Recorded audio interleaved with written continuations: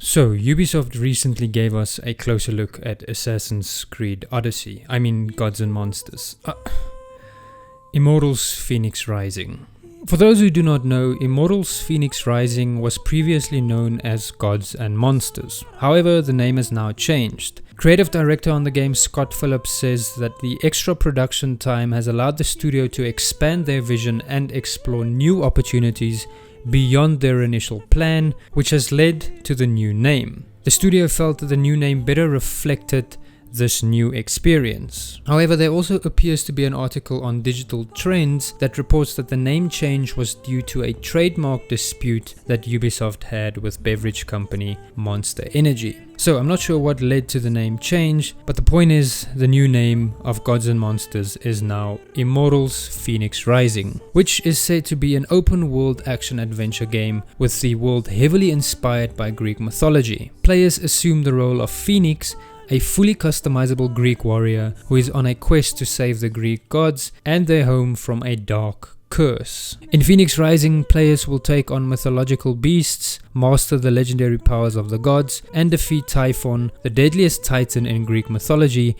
in an epic fight for the ages. The game is coming out on December 3rd and is being developed by Ubisoft Quebec, the same team who helmed the development for Assassin's Creed Odyssey. And after watching the game's gameplay reveal, it's become quite apparent that this is the case. Fenyx Rising seems to share a lot of similarities with Assassin's Creed Odyssey. I think there are people out there who will be discouraged from the game because of that. To point out some of these similarities, they include things such as the menu and radio buttons looking similar to that of Odyssey. The game features similar voice actors, one being Zeus's voice actor, who I believe also voice acted Socrates in Odyssey. Most of the bosses you encounter in the world are very similar in nature to the bosses in Assassin's Creed Odyssey, though disguised in this new art style. These include the Minotaur, the Cyclops, this thing which resembles this thing that featured in the Fate of Atlantis DLC. And look, I get it, Fenyx Rising dives into Greek mythology, so of course the mythology featured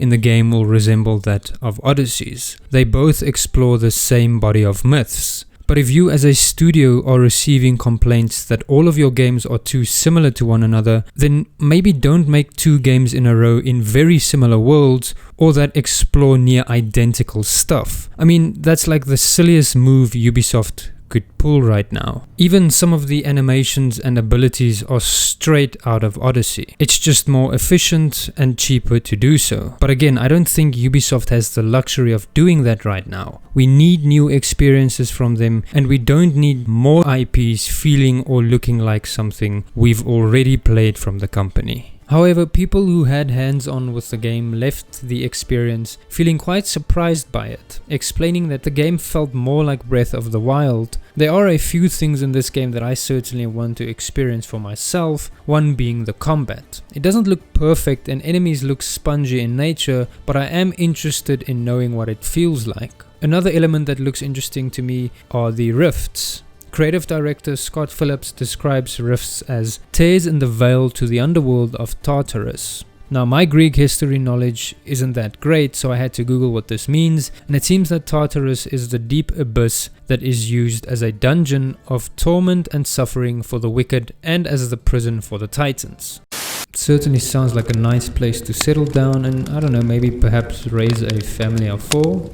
Anyway, it seems that these rifts will feature vaults of Tartarus, which are dungeons that the player has to solve through challenges such as puzzles, obstacle courses, and combat challenges, according to some of the research that I've done. Once you overcome these challenges and reach the end of the vault, you'll find a lightning bolt of Zeus, which can be used to upgrade Phoenix's stamina. These vaults sound interesting, and so far, they are about the biggest appeal to me from this game. There isn't really anything extraordinary that I saw from Fenyx Rising, and I'm not entirely sure what to think of it. As of right now, I'm not that convinced by it, and I'm probably not going to get the game on day 1. However, it is something that I want to check out at some point. That's just my thoughts on Immortals Fenyx Rising. I know they are brief, but I really just don't know what to think of this game. For me, this game is just there. I'll probably wait and see what people think of it once they review it, and then I'll decide if I want to get it or not. Anyway, I hope you enjoyed the video, and I'll see you in another one, hopefully soon.